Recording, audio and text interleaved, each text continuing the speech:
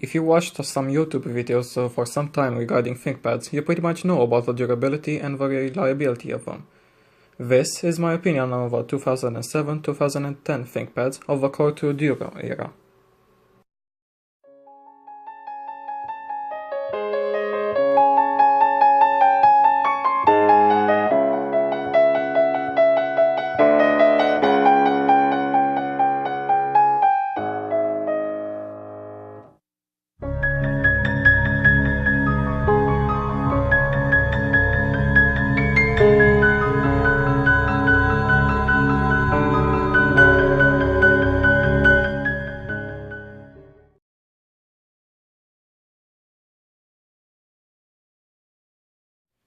This right here is an X61. You probably know about this little guy here. It has a carbon fiber skin applied on it. This one, it has a Core 2 Duo processor clocked at 2 GHz. It's a T7300. Hold on a second.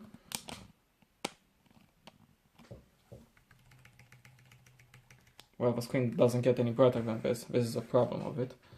Yes, so it's a T7300 at 2 GHz with 4 gigs of RAM installed. Now, the best part about it is that it's really thin. So you see 2 USB ports, a Firewire port, headphone jack, microphone.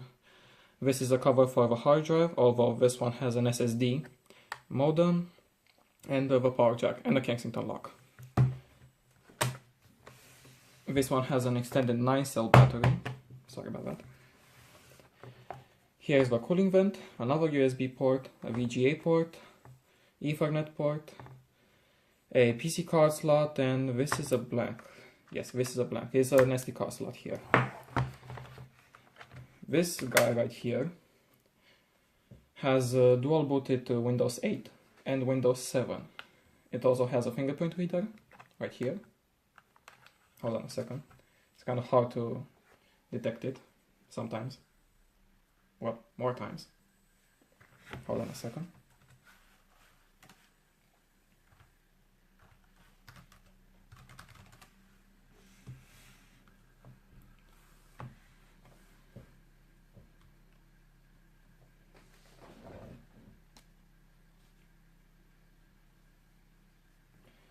It started pretty quickly because, as I said, it has an SSD.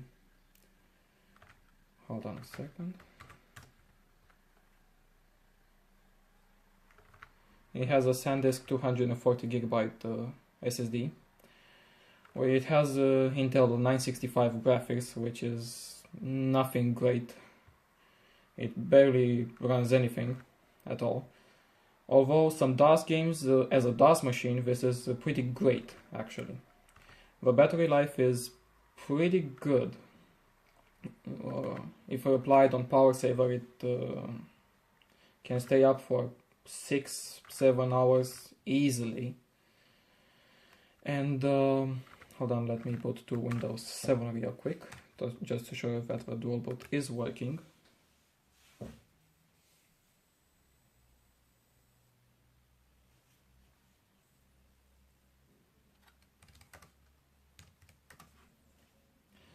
You have obviously the classical ThinkPad keyboard here with a track point, no trackpad here, only starting with the X200 and the X201. It has a French layout. I cannot get used to it, but I never type on it while watching the keyboard, as I'm used to QWERTY keyboards.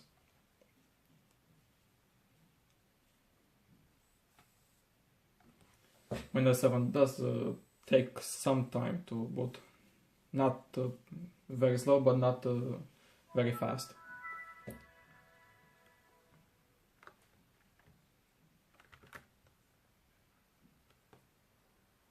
You see here the fingerprint worked.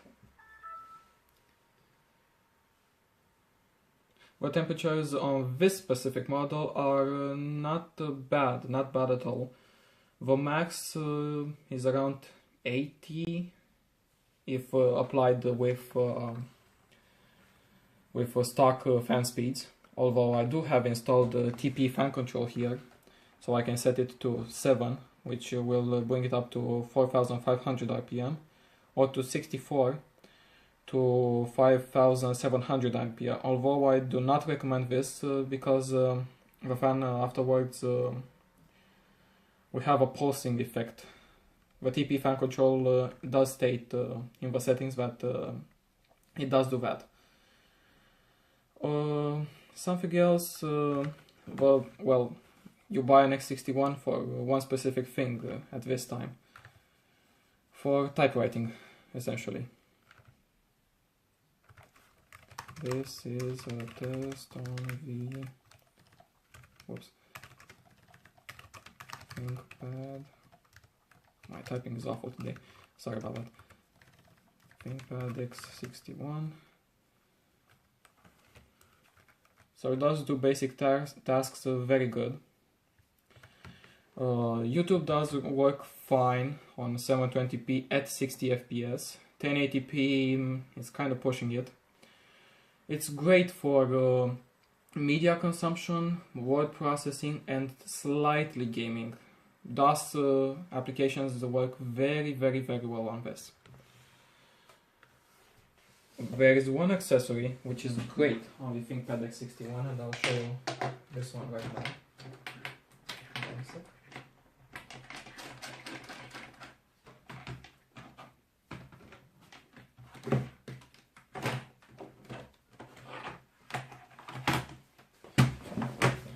And that one is the X6 Ultra base, which is it does get the laptop quite thick, but it does get a few ports. Here is a DVD-ROM drive, which can be swapped easily with two options. One is here, and I'll talk about that really shortly.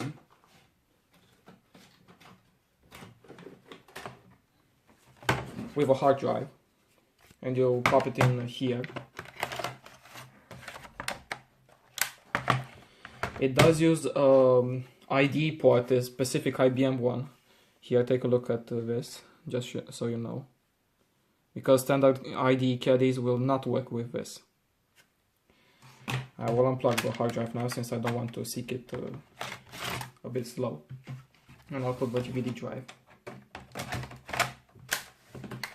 What you get is two USB ports. This is a latch for releasing the laptop. Here. Another Kensington lock slot. However, these USB ports here and here on the back are not USB 2.0. These are 1.1. So the speeds will be slightly slower. You get another VGA port, a serial port, a parallel port, a headphone and microphone jack, Ethernet port, and modem. And here is a lock for locking the dock. Locking is pretty simple. You just do this, and it detects the DVD drive.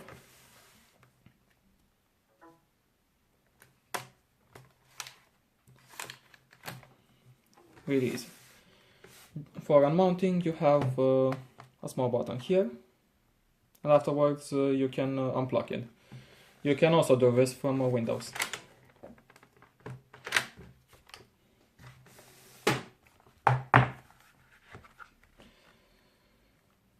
I think this one is not in power saver mode. Okay. However, on this model, on the specifically the X6 Ultra base, you can swap with another thing, which I do have here somewhere.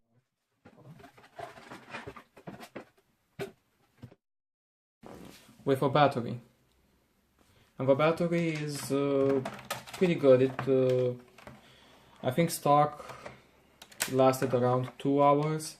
This one lasts between 45 and 60 minutes. And of course the same mounting procedure, and you have a second battery. Now I'll move the dock out of the way. Now close the X61.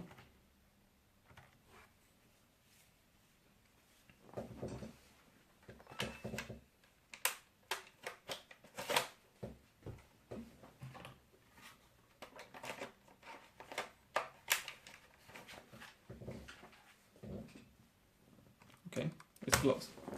Now, the other ThinkPad I have is the not the most rare, but it's pretty rare. This is a W500.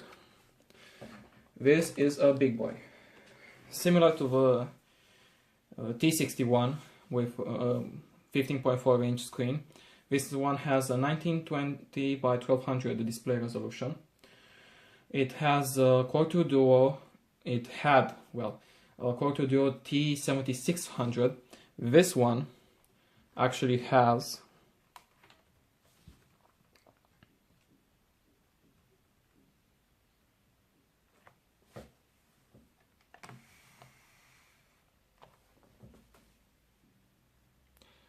a Core 2 Extreme X9100 at 3.06 GHz and 9 gigs of RAM. So this is pretty much the best option to do with the W500. However, this processor is 45 watts instead of 35 of a T9600, so it takes up slightly more power. This was the extended RAM test pass, this sound. This does have Windows 7, 8.1, 10 on another hard drive and Ubuntu on another hard drive. We'll go with 8.1 for now. This also has the dedicated graphics, the ATI FireGL V5700, and that fire stands for actual fire. The GPU gets kind of hot around, hold on a sec. And of course I don't have the drivers installed because I have something else here.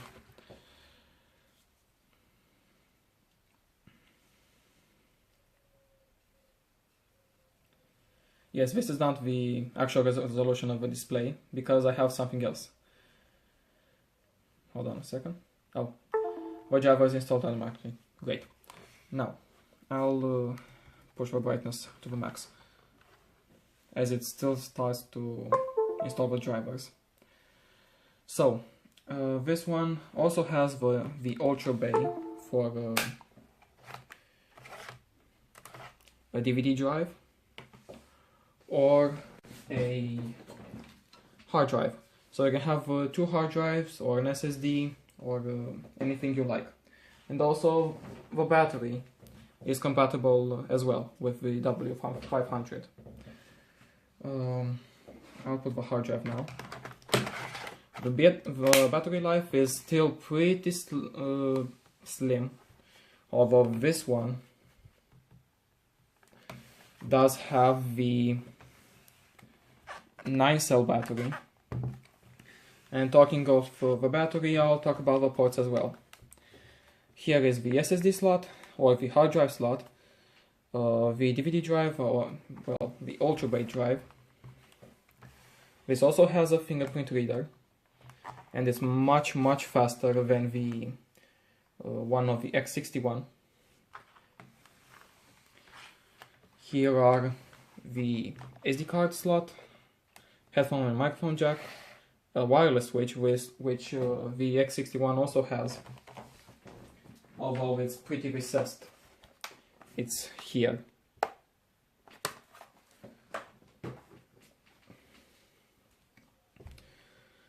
It also has a FireWire port, 1394. It has, hold on a second. It has an express card slot, a PC card slot. Express card, if you know anything about eGPUs, you know you can add a graphics card to this laptop, which I do have, but I'll tease you for just a bit. It has 3 USB ports, an Ethernet port, display port, which only works with the ATI graphics, a VGA port, a cutout for the fan, another cutout here, and a Kensington lock slot on this part.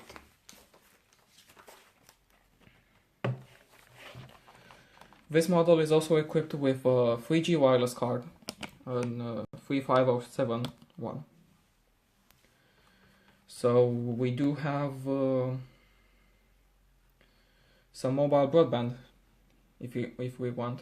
This also has a touchpad, with buttons here, but enthusiast ThinkPad users will use the trackpoint as well. I think it's on power saver mode. No, it's on balance mode. Okay. This also has an SSD. This is Kingston 240 gigabyte drive. And the classic ThinkPad layout. This is has a quartz keyboard. This is the German option. And basic tasks are great for this laptop, and gaming for some time. Depends, because the temperatures are pretty high. But if you want to go all the way to the max, there is one option for this laptop. I have to shut it down now, and I'll show you.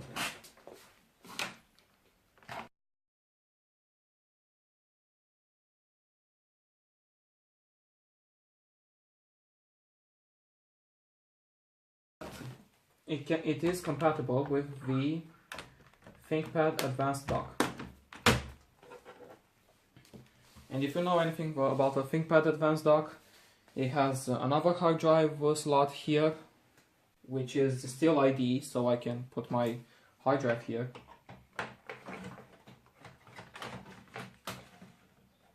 It has 5 more USB ports in the back. I'll attach a picture with it in the video. It has serial, parallel, headphone jack, and of course you can add a full desktop graphics card on it.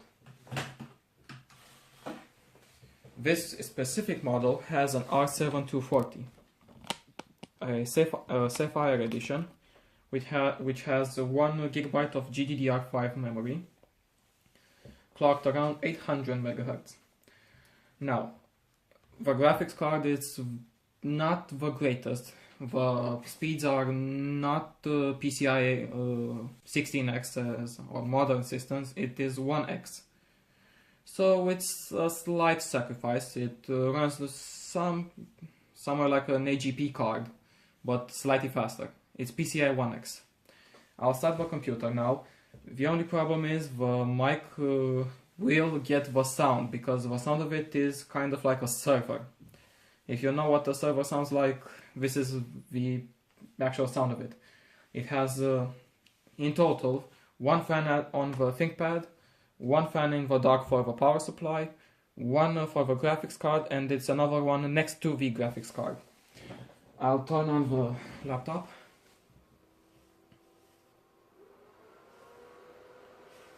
If a mic can pick up the sound, it's pretty loud. The only disadvantage of this laptop in the advanced dock is that you cannot use the primary screen. I'll start Windows 7, since this has more graphic intensive stuff.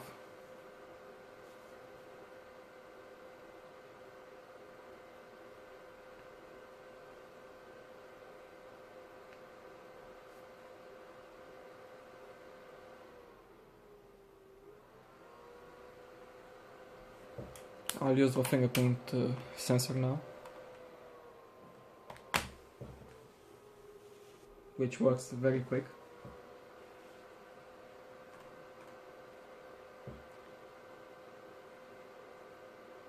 These wallpapers are done by hand, by me. You can find it on the Reddit ThinkPad forum.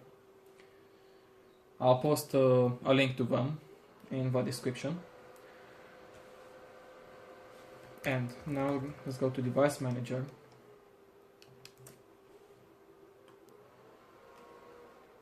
And you can see it does say here that's an AMD R7 series, more specifically a Sapphire R7 240.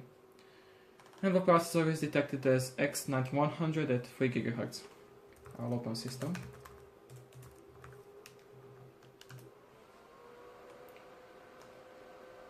This is the rating of it. The initial graphics score was around 5.5, and it jumped up to 7.1.